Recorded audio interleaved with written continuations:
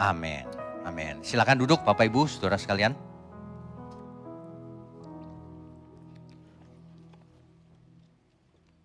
Selamat pagi, Shalom. Bapak Ibu Saudara, tidak terasa impartasi pagi ini adalah impartasi ke-10. Saya harapkan semua pelayan Tuhan, GMM dimanapun wajib ikut. Meskipun tidak hadir di tempat ini tapi online boleh. Ya. Seandainya tidak bisa ikut online, setelahnya kan ada di YouTube ya. Supaya jangan sampai ada di antara saudara yang tiba-tiba nyeleneh. Nyeleneh itu pikirannya lain. Padahal sudah diajarkan di impartasi. Mestinya kalau rajin ikut impartasi kita sudah mengerti arahnya kemana gereja ini. Bagaimana kita harus jadi pelayan Tuhan.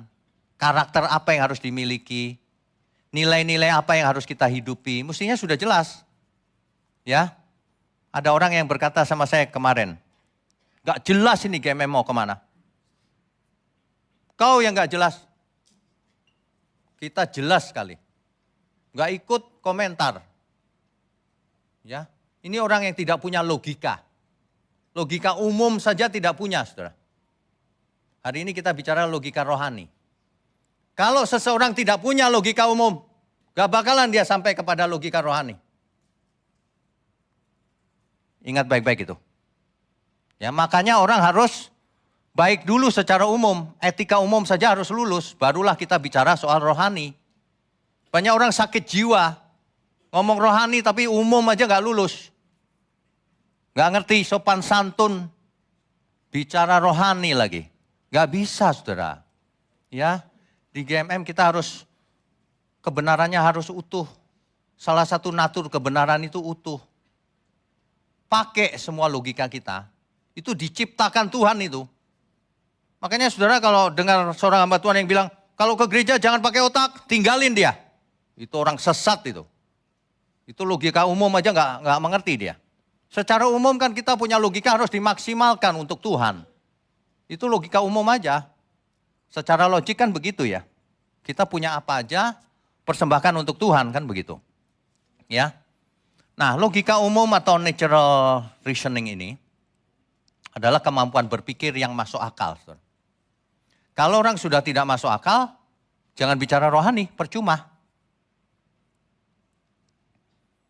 Kemampuan untuk mengenali sebab akibat, menganalisa pernyataan dan fakta, mengambil kesimpulan dari bukti-bukti, itu logika umum aja tuh. Menyadari inkonsistensi, kontradiksi kalau orang ngomong pelin-pelan tuh, ketangkap. Ya contohnya, kalau ada orang yang percaya bahwa api itu panas, maka logika umum kira-kira menghindari api atau malah ngasih tangannya. Nah kalau masih normal begitu, oh, panas nih jangan deket-deket nak. Itu bukan gini, nak panas pegang aja. Wah itu gak usah ngomong kebenaran lah ya. Itu masuk rumah sakit jiwa aja dulu. Logikanya gak jalan. Dan ternyata banyak orang logikanya gak jalan. Makanya agamawi dia. Makanya menyerang gak pakai dasar.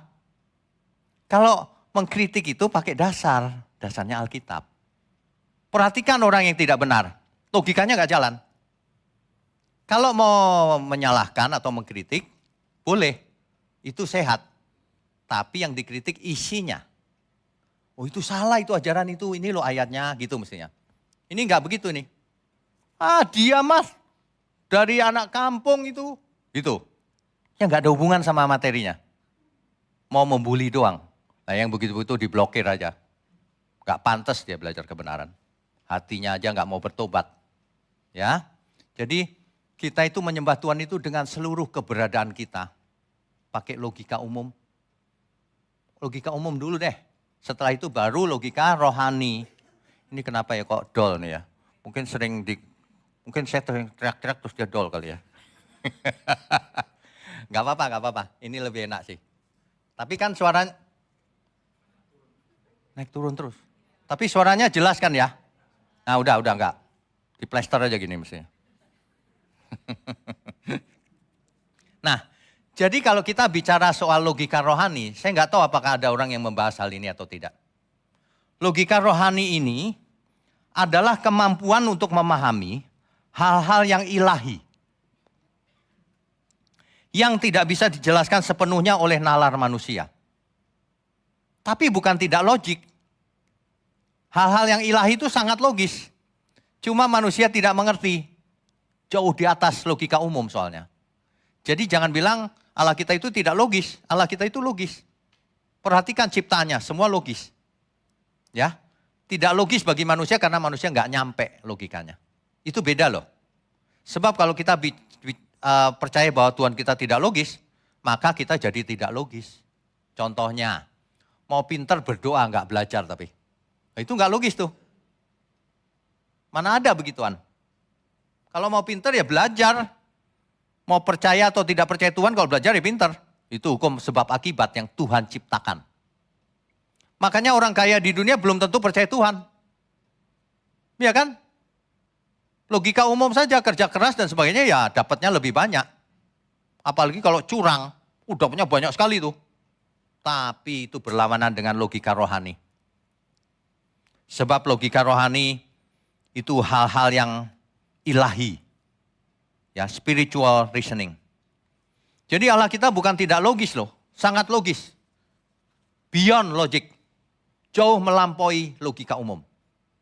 Karena logika Tuhan tak terbatas. Logika umum sangat terbatas. Seringkali manusia melihat ada sesuatu yang bertentangan di Alkitab dan sebagainya. Padahal bukan. Seolah-olah logikanya nggak nyampe.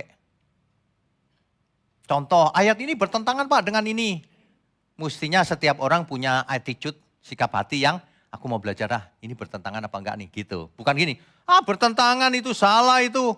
Enggak punya logika kok berarti. Logika umum aja enggak punya. Karena semua bisa dibaca kok. Sederhana kok. Manusia kalau sudah agamawi tidak punya logika umum. Wah udah susah tuh. Susah saudara. Ya. Contohnya, Tuhan Yesus turun ke bumi. Anak Allah yang maha tinggi turun ke bumi. Menjadi manusia. Bagaimana caranya? Logika manusia nggak bisa nyampe. Tapi kalau kita punya logika rohani, itu masuk akal. Sebab kalau anak Allah yang maha tinggi bisa jadi manusia dong. Kenapa tidak? Manusia nggak bisa jadi Tuhan. Kan begitu. Tuhan bisa jadi manusia nggak? Bisa. Manusia nggak bisa jadi Tuhan. Jadi dari situ aja kita sudah tahu. Logika yang sehat itu pasti benar. Karena logika ciptaan Tuhan. Logika manusia salah karena manusianya yang salah, bukan logikanya. Bahkan Tuhan di dalam Yesaya 1 ayat 18. Tuhan berkata begini. Marilah, baiklah kita berperkara, firman Tuhan. Manusia diajak ini loh saudara. Diajak berpikir secara logis.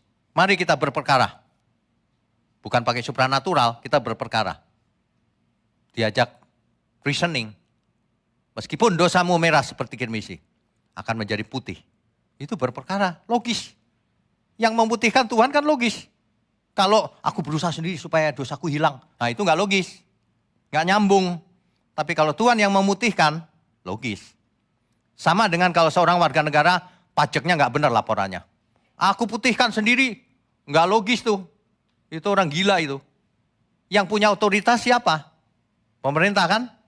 Kalau pemerintah bilang putih, putih. Nah itu logis.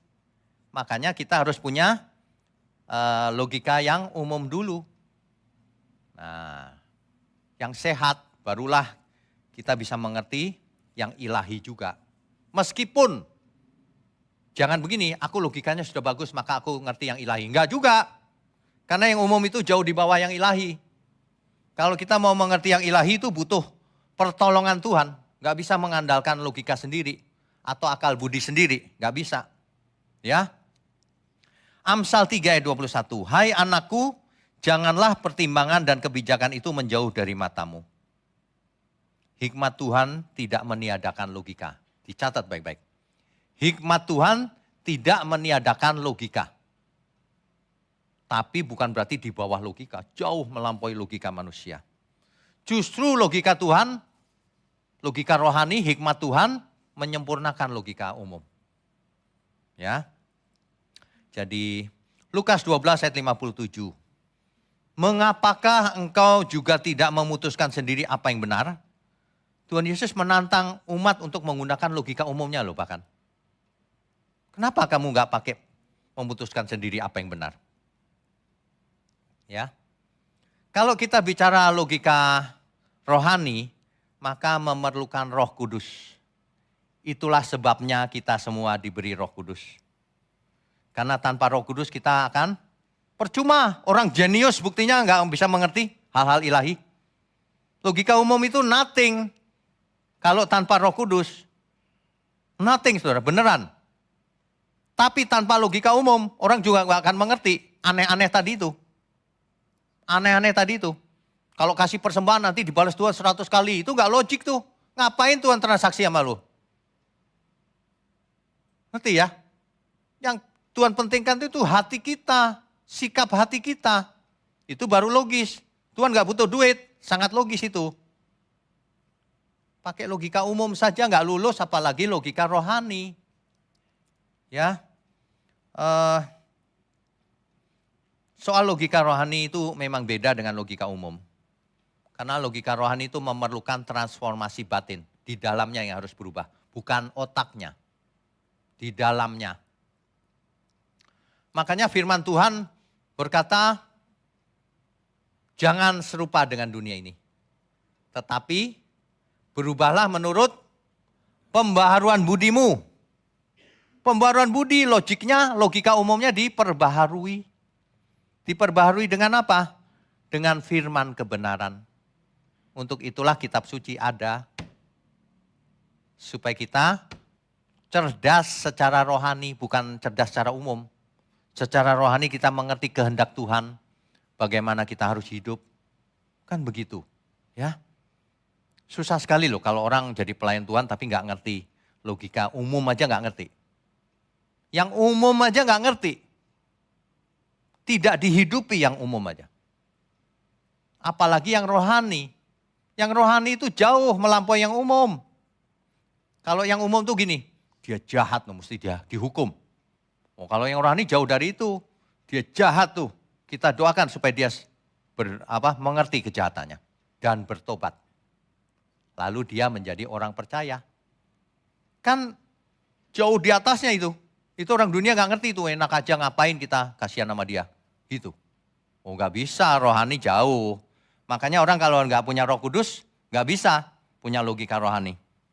Karena panas hatinya yang nomor satu. Gak punya kasih sebenarnya. Manusia kalau cuma punya logika umum saja gak punya kasih. Harus punya logika rohani. Logika itu apa sih? Cara berpikir. Kan Alkitab jelas itu. Dalam hidupmu bersama kenakanlah pikiran dan perasaan yang terdapat juga dalam Kristus Yesus. Miliki logikanya Tuhan. Bayangin kalau Tuhan pakai logika umum. Berdosa semua ini binasa. Habis. Enggak, logika ilahi. Kasih. Kasihan ya manusia itu kok begitu ya. Kita itu kasihan kalau lihat orang kok dia gitu ya. Dia sedang menghancurkan dirinya sendiri. Jangan begitulah. Ya. GMM ini, gereja kita ini saya percaya lahir karena Tuhan juga. Sehingga ke depan kita, kalau Tuhan berkehendak kita akan makin besar. Semua bisa dipakai Tuhan, ya kan? Makanya dari sekarang persiapkan diri kita semua. Sudah lupakan, soal diri sendiri itu dilupakan. Dimatikan saja manusia lamanya. Aku memang begini, jelek, tapi aku mau bertobat. Nah gitu, nggak usah pakai sakit hati, punya agenda sendiri. Kita itu ke depan itu masih jauh, ini baru satu langkah. Melangkah ke depan masih jauh. Semua orang pernah buat salah, tapi nggak apa-apa saya bilang. Tapi harus bertobat. Kalau nggak bertobat, nanti Tuhan yang turun tangan. Kalau Tuhan yang turun tangan itu artinya sudah vonis. sudah selesai, kan gitu ya. Ayo, saudara, miliki logika rohani yang sehat. Ya, kalau cuman logika umum, pintar, cerdas, percuma. Logika rohani itu mencakup pikiran dan hati yang diperbaharui oleh firman kebenaran. Kalau mau jadi pelayan Tuhan di GMM, jemaat Tuhan di GMM, miliki logika rohani. Jangan cuma logika umum, apalagi logika umum nggak punya. Kalau logika umum nggak punya itu diam saja, belajar. Jangan sok pinter, umum aja nggak bisa. Ya, aduh, ilustrasinya gini loh. Kalau ada seorang anak, logika umum yang sederhana aja nggak bisa. Tambah kali jumlah kurang nggak bisa. Belum bisa. Lalu mau ikut ujian matematika, kalkulus atau tingkat tinggi. Kira-kira bisa nggak? Ya nggak mungkin dong. Nggak mungkin. Harus bisa tambah kali kurang bagi dulu, nanti baru naik pelan-pelan. Kan kerohanian kita juga begitu, kamu harus sempurna kata Tuhan Yesus. Emangnya sempurna gampang? Harus step by step, proses, ya kan? Kan sudah saya khotbahkan juga itu. Langkah demi langkah, one by one kita bereskan sifat buruk kita itu. Kan begitu. Ya, dimulai dari hal kecil, jangan langsung besar, nggak bisa. Ya, ibarat radio itu, radio rusak, saudara. Radionya rusak. Padahal siarannya bening gitu. Suaranya itu harusnya jernih. Tapi radionya rusak. Sehingga yang diterima, grosok. Nanti kata dia, pemancarnya salah nih. Bukan radiomu yang rusak. Sama dengan kita ada di sini. Wah ini gak punya arah nih, bukan kau yang rusak radiomu itu. Wong pemancarnya jelas begini. Pakai bahasa Indonesia, nggak pakai bahasa roh. Oh nggak jelas. Ini jelas semuanya saudara. Ya, makanya orang nggak bisa mendengar suara Tuhan. Frekuensinya beda. Ya beda. Kalau frekuensi beda itu nggak bisa loh terjadi resonansi. Itu teori sederhana itu. Kalau frekuensi manusia beda dengan Tuhan, bagaimana mau dengar suaranya? Nggak bisa. Makanya orang yang benar-benar mendengar suara Tuhan yang frekuensinya udah mau mendekati atau arahnya udah benar. Kalau arahnya salah, itu suara hatinya sendiri itu. Itu gampang dilihat kok. Secara logik sederhana aja kok. Frekuensinya nggak sama, keinginannya nggak sama sama Tuhan. Tujuannya nggak sama. Nggak dengar apa-apa dia dari Tuhan.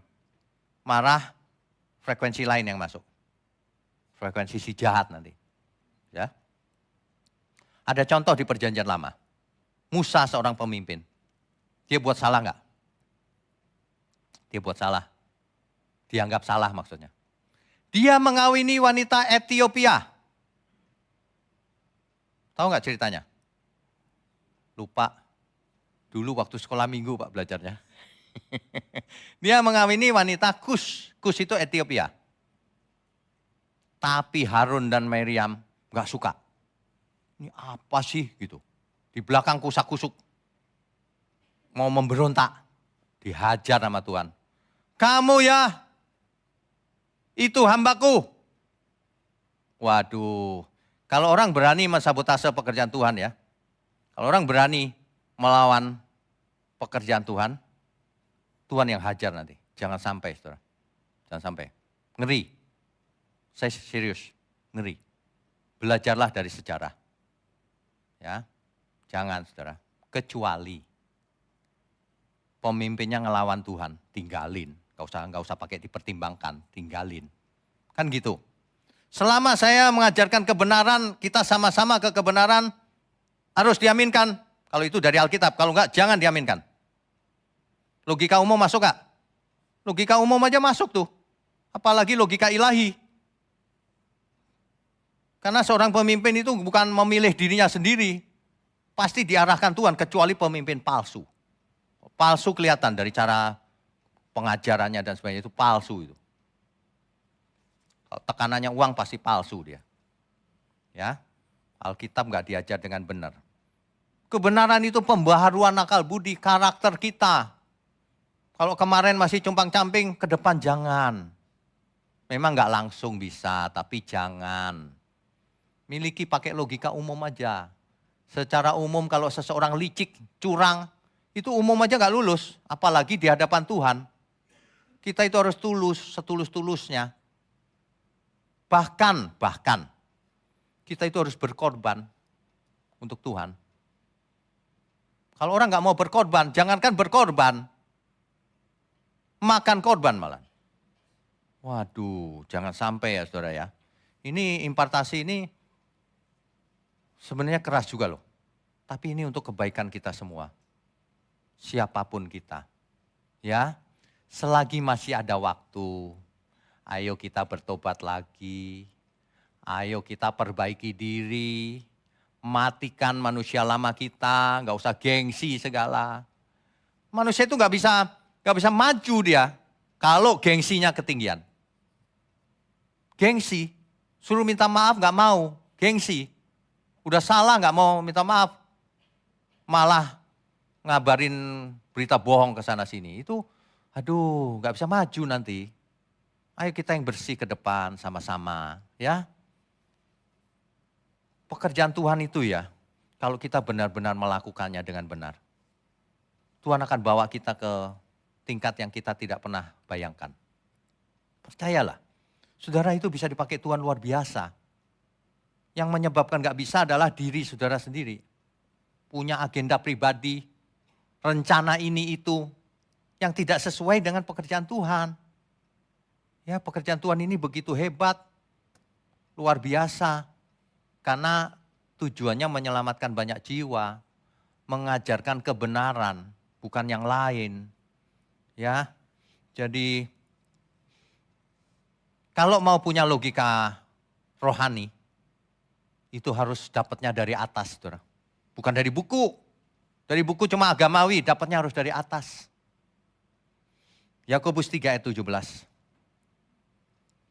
Makanya orang yang gak bisa baca, dikasih pelajaran, baca aja nggak bisa, dikasih pelajaran apa yang mau dibaca? Nggak bisa. Makanya kita mesti latihan benar-benar miliki hati yang tulus. Ya, miliki hati yang tulus. Kalau diarahkan ikut. Kalau nggak mau ikut ya nggak apa-apa, jangan di sini. Sederhana kan? Loh, kalau nggak mau ikut kau ngapain di sini? Kita lagi serius mau ke depan. Kita nggak main-main loh. Kita serius ke depan. Makanya ya, suatu hari nanti kalau Tuhan izinkan, semakin banyak jemaat Tuhan yang sadar mau ikut bersama kita, mengerti kebenaran, yang tulus, kita makin besar. Ya, pikiran kita nggak boleh cupet juga, harus makin besar. Ya, yang lalu saya bicara soal GMM Center. Memang harus begitu, pekerjaan Tuhan harus ada pusatnya yang besar. Di semuanya ada di cabang-cabang, di Batam, di Pik, di Surabaya.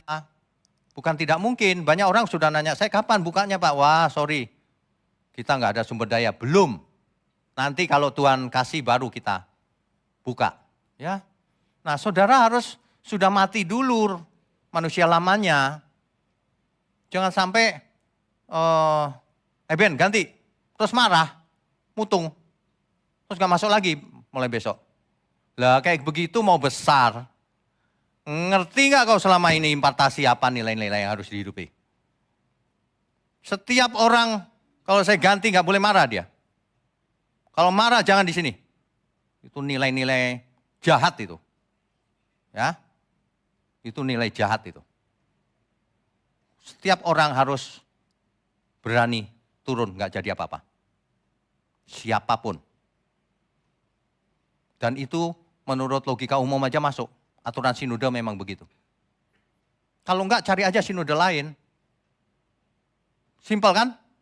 Simpel aja. Seorang pemimpin itu harus bisa dipakai Tuhan. Kalau saya nggak bisa pakai Tuhan tinggalin aja. Buang-buang waktu. Tapi kalau bisa dipakai Tuhan dengar. Kan bisa di cross check sebenarnya. Ini sesuai Alkitab nggak ya? Ini benar nggak ya? Bisa dicek sendiri kok. Saudara tuh gak bakalan ketemu, jarang-jarang ketemu gereja begini. Buah sulung aja nggak mau, persepuluhan nggak mau, yang lain kan doyan. Maaf ya, saya kadang-kadang ngomongnya itu terlalu lugas. Tapi kan hasilnya menjadi ketawaan kan lumayan daripada tegang terus. Gitu loh, kalau saudara itu, aduh saudara masa nggak lihat sih, saya cari apa, usia saya juga sudah berapa, bukan anak muda lagi. Ya, suatu hari saya ketemu seorang hamba Tuhan yang masih muda banget, separuh umurnya dari saya. Saya bilang gini, kau dipakai Tuhan luar biasa loh ini. Jumlahnya gede banget kan. Awas kau jatuh dalam dosa. Percuma, hilang semua ini langsung. Satu aja, jangan jatuh dalam dosa. Ya Om, bagus. Buktikan. Namanya masih muda, gampang jatuh pasti. Ya kan? Kan yang hadir ada yang kuntilanak pasti. Maksudnya apa sih? Itu banyak cerita-cerita gitu, ya kan? Ada kuntilanak masih muda ntar ikut dibawa terbang kuntilanak. Ya. Intinya gini loh, kita itu belajarlah logika yang umum, etika yang umum juga. Kalau sama orang tua itu sopan, ya kan? Sesama pelayan Tuhan saling menghormati, kan gitu. Lupakan soal like, dislike. Saya nggak suka sama itu. Kamu berani ya sama Tuhan ya. Ini rumah Tuhan loh ini. Kamu berani nggak suka sama seseorang yang di sini ya. Waduh. Saya itu sangat ngeri loh saudara. Saya dikasih hikmat. Kalau orang berani ya, di rumah Tuhan tuh nggak sopan gitu ya. Ditampar malaikat habis loh saudara. Jangan sampai. Jangan sampai hal itu terjadi. Saudara kalau ada di gereja pelayanan itu lagi di rumah Tuhan loh. Ingat gak itu bait artinya apa? Rumah, bait. Tubuhmu bait Allah. Dihidupi itu pilar itu. Jangan ikut ngerti pakai otak tapi nggak dihidupi. Tubuh kita bait Allah. Apapun yang kita lakukan ingat ada Allah, ada Tuhan, ada Roh Kudus dalam diri kita. Jangan sampai kita nggak sopan sama Tuhan. Ya. Ingat, secara umum aja nggak ada orang ngomongin gembalanya. Secara umum tuh, apalagi ilahi. Kita kalau nggak bergandengan tangan, kita nggak bisa maju loh saudara. Saya sendirian gitu ngapain coba? Nggak bisa juga. Harus rame-rame kita. Masing-masing kita ada perannya. Iya kan? Nanti kalau kita sudah mulai besar ya, Jabodetabek gembalanya saya. Nggak ada orang lain. Seluruh Jabodetabek. Paling saya taruh koordinator aja di masing-masing. Gitu doang. Tapi di luar Jabodetabek kalau mau mandiri nggak apa-apa, gembalanya masing-masing aja. Sebab bisa kacau balau ini. Karena visi misi yang saya impartasikan rupanya nggak diserap. Padahal sudah jelas banget ngomongnya. Nggak diserap rupanya. Waduh, saya ngeri juga lama-lama. Nanti kalau besar tapi nggak ada yang nyerap, kacau balau ntar. Kacau balau. Nggak bisa jadi pemimpin. Orang yang tidak menghidupi nilai-nilai yang kita impartasikan ini nggak bisa jadi pemimpin di GMM. Kalau tempat lain terserah. Ya. Karena saya serius nih gereja mula-mula ini. Jangan cuma namanya doang yang bagus. Semuanya harus bagus. Pelayannya, jemaatnya juga. Ya. Ada amin saudara? Kan begitu ya. Jadi ini namanya sarapan pagi yang sehat. Tapi biasa kok, habis sarapan jiwa kan ada sarapan jasmani di bawah. Sudah menanti. Jadi yang pertama ya saudara, dicatat. Jangan abaikan logika. Logika harus dipakai, etika umum harus dipakai juga. Yang kedua, tapi jangan mengandalkan logika umum saja. Atau kecerdasan umum. Itu nothing kalau dibanding kecerdasan ilahi. Kepekaan ilahi itu nothing. Kecerdasan umum. Ya. Nah, kalau seseorang yang umum saja tidak lulus, apalagi yang rohani. Kan begitu. Ya. Tapi logika rohani tidak otomatis datangnya. Jadi kalau mau digambar gini, saudara.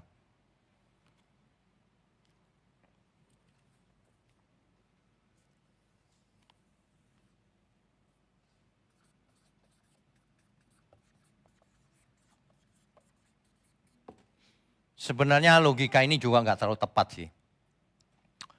Logika ini ya, ini sebenarnya attitude, sikap hati, karakter, dan lain-lain, istilahnya apapun. Ya, sedangkan logika umum itu cuma sak cuplik gini, yang umum. Di dalamnya ada logika umum. Kalau yang ini aja enggak, apalagi yang lain. Ya, memperluas logika umum ini menjadi ini, dibutuhkan firman kebenaran. Dibutuhkan Roh Kudus. Dibutuhkan latihan sehari-hari melakukan kehendak Tuhan. Barulah orang bisa luas pikirannya. Barulah orang bisa mengampuni musuhnya. Barulah orang bisa benar-benar tulus. Kalau enggak bisa. Karena manusia itu gampang disulut amarahnya, emosinya. Gampang, sangat gampang. Bisa jatuh, gampang jatuh manusia. Kesel sama si A gitu, udah bubar logika rohaninya. Lalu dia udah mulai enggak suka sama ini, sama itu. Itu karena bubar, logika umumnya aja bubar, apalagi rohani. Gitu ya. Jelas ya saudara. Kita sangat serius. Ini sudah impartasi yang ke-10 ini. Jadi nanti banyak orang yang tidak mengerti, meleset. Itu ngandelin otak itu, ngandelin logika, salah.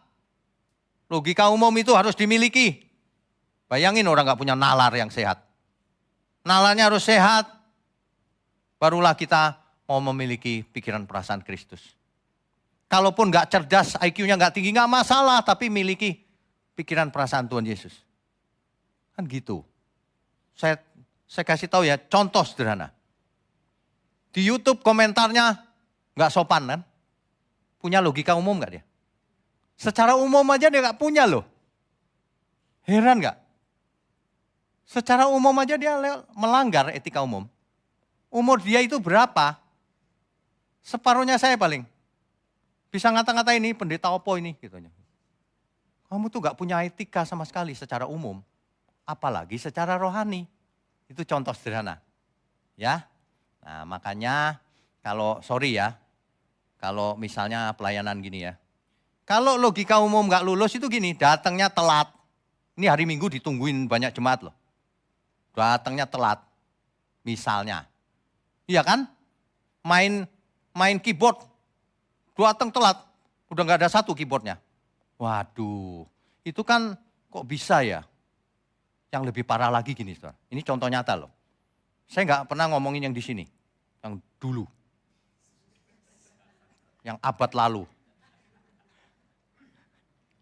Dulu ada yang begini, dia tugas WL apa waktu itu ya. Tugas hari Minggu. Jemaatnya banyak, hari Minggu. Dia nggak datang loh. Nggak datang itu nggak WA, nggak telepon, nggak kasih tahu. Hebat ya, hebat banget tuh. Terus minggu depannya, dia datang ujuk. Nggak ngomong sorry, nggak ngomong apa-apa. Kayak nggak ada apa-apa. Kira-kira lulus nggak itu? Umum aja nggak lulus. Orang umum kalau nggak datang telepon, bro, sorry ya, aku lagi sakit. Iya nggak? Ini nggak loh, kayak nggak ada apa-apa. Coba ada pelayan kayak gitu di sini. Kita apain? Kita kasih hadiah. Kita kasih souvenir, ya, gitu. Habis nggak tanggung jawab banget loh. Nggak bisa dipakai, padahal punya talenta. Nggak mau, saya nggak bakalan pakai, saya tahu siapa orangnya. Waduh, gawat tuh. Kita lagi serius gini nggak datang dia. Kok telat masih mending nggak datang, nggak minta maaf. Minggu depannya juga nggak merasa apa-apa. Akhirnya kita kasih tahu, lo kenapa nggak datang waktu itu? Nggak bisa. Loh, nggak bisa, nggak ngomong lagi. Wah, edan nih. Tapi suka berbahasa roh. Itu dia. Kuncinya di situ tuh. Bahasa roh yang palsu itu nggak punya logika dia pasti. Ngeroh-ngeroh aja gitu. Sebab kalau Roh Kudus yang asli, dia punya hikmat. Perbuatannya benar. Ya. Orang yang menipu saya yang berbahasa roh juga. Saya tahu tuh, roh setan itu pasti. Karena Roh Kudus tidak mungkin mengeluarkan perbuatan yang jahat. Iya kan? Makanya nggak usah pura-pura deh bahasa roh. Kalau bahasa roh di kamar aja sana sendiri. Jangan pamer. Ya. Coba ada yang manifestasi roh jahat, saya usir dia. Dulu ada loh, lagi konseling, manifestasi roh jahat. Mukanya kayak horor gitu tiba-tiba, wah gitu. Wah, kok pikir takut aku? Diam! Kaget lagi dia, sadar lagi. Gak mempan, gertakan gak mempan. Coba aja Lucifer suruh tampil. Aku Lucifer, bohong! Lucifer gak norak begini. Lucifer itu yang masuk ke pikiran supaya orang yang ngajarnya salah. Lucifer itu tingkat tinggi, mainnya di pikiran. Nah makanya Bapak Ibu Saudara jangan bisa dimasukin roh jahat. Di gereja bisa masuk roh jahat, bisa. Kita mau diajak ke kebenaran, dia ngerecokin sana sini, ada ide ini, ada itu. Yang gak sesuai dengan kebenaran, jangan ya. Kita mau semua kita satu keluarga besar. Suatu hari kita ngumpul lagi di surga. Mau nggak kira-kira? Kira-kira ada yang nggak mau. Oke, amin. Kita beri kemuliaan untuk Tuhan. Ada yang mau tanya? 1, 2, boleh? Nggak ada ya? Oh ada, silakan. Cik, Pak, gimana cara membangun logika rohani Pak? Secara simpelnya saja. Gimana cara?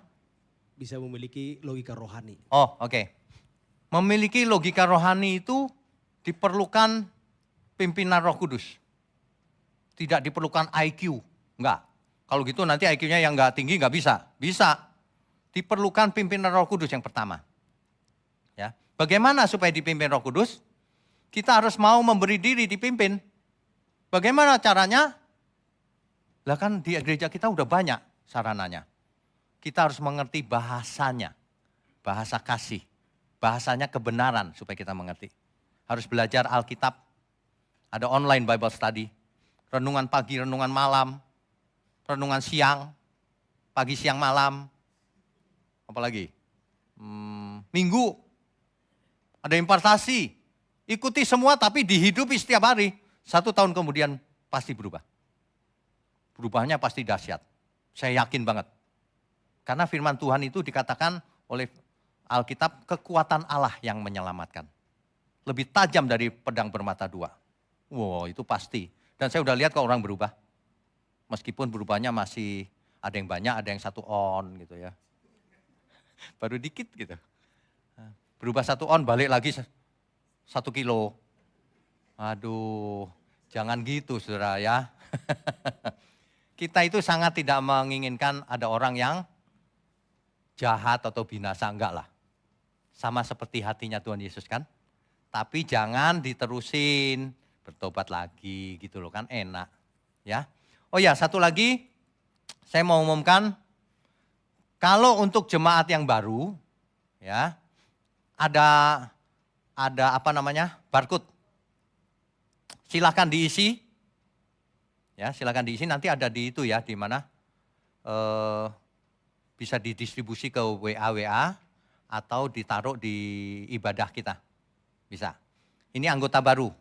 Kalau jemaat baru ngisinya sederhana, cuma nama, nomor WA, hobi nggak ditanya. Yang sedikit ngisinya gampang.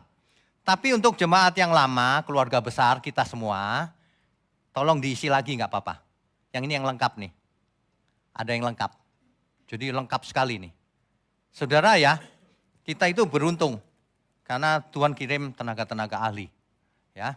Nah ini kalau saudara scan, nanti di masa depan di mobile phone saudara, itu saudara bisa buat kartu jemaat sendiri. Udah nggak zaman pakai kartu gitu. Ya, pakai handphone, hadepin mukanya, senyum dikit. Jangan nangis. Senyum dikit, cekrek. Langsung jadi kartu ID. Bagus lagi. Kalau perlu pakai kaos tapi cekrek jadinya langsung jas. Kan ada AI. Iya kan? Bagus, jadi kemana-mana Itu ya. Suatu hari kalau bisa jadi diskon kan bisa banyak. Tinggal gini aja. Mantep kan? Tolong diisi yang lengkap ya.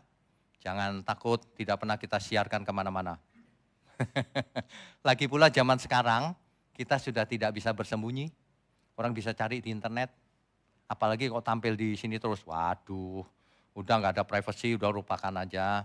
Kalau zaman sekarang masih mau privacy, pergilah ke gunung-gunung yang ada guanya sana. Masuk ke gua udah nggak dicari orang pasti. Zaman sekarang udah privacy, lupakan aja lah privacy. Hidup kita untuk Tuhan kok. Ya, amin ya. Saya undang semua untuk bangkit berdiri.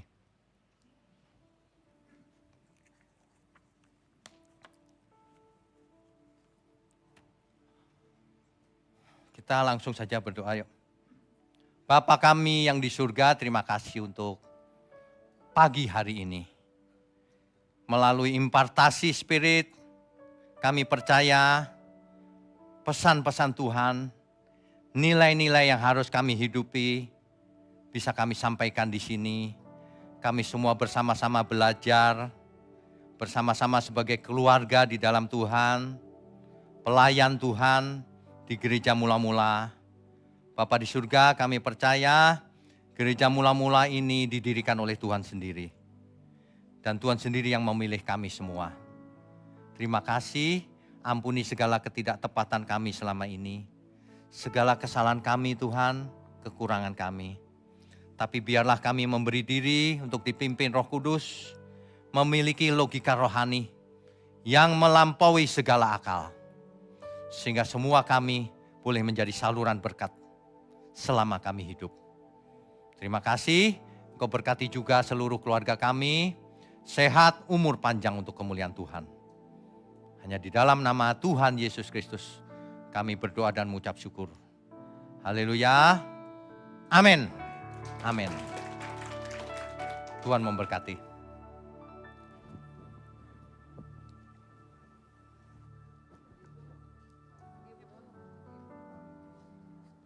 Saudara sekalian, bicara soal kebenaran, setiap orang merasa benar.